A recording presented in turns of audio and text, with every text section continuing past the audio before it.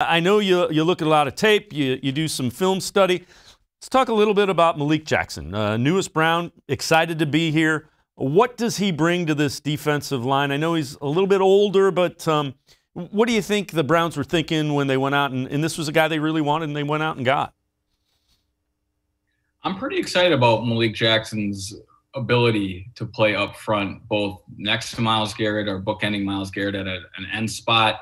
Watching his tape, you first notice just inconsistencies in his game that I think really stem from his Lisfranc foot injury.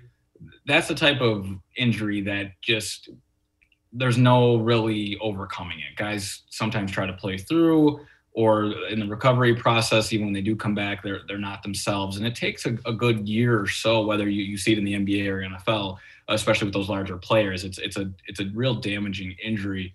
And Malik talked about that with local media, I think it's been a long week, couple days ago, I think, saying that you could tell that it was a hindrance, and he really compared it to just imagine taking away something that you use every day. And I thought that was a really good way to symbolize it and put it and really humanize what these athletes go through.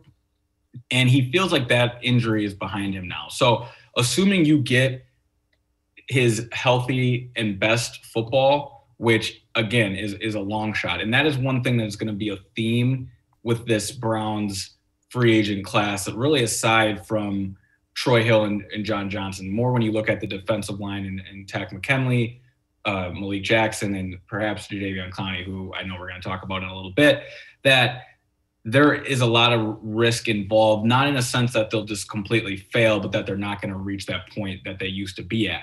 But if Malik can get there, watch out. This defensive line is going to have an ability to be versatile. They can play him inside. They can put him in a wide 9 and allow him to play a big end type of spot, set an edge, not allow outside run, and he can handle contain. He still has enough moves in the bag to get after the quarterback. He creates interior pressure when he's playing inside.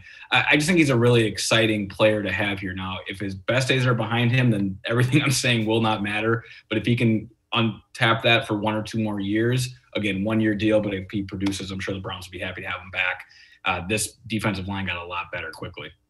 And keep in mind, Billingsley, who opted out last year because COVID, is another guy in that interior that is expected back. So that interior, the defensive tackle spot, could very well be getting a big shot in the arm for the Browns defense.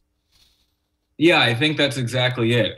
Billings, Jordan Elliott, who you hope takes that second-year jump, and then Malik Jackson. They really have 3 guys for 1.5 spots. Sheldon Richardson is a player who has proven he doesn't need to come off the field, but if he does, that's great because he's fresher for later in the games. And then again, you can move Malik Jackson outside and play him at end and let Billings and Jordan Elliott handle the interior game while Takk or even Myles Garrett get a breather. So I think they have versatility, which is a theme that they're building throughout this defense.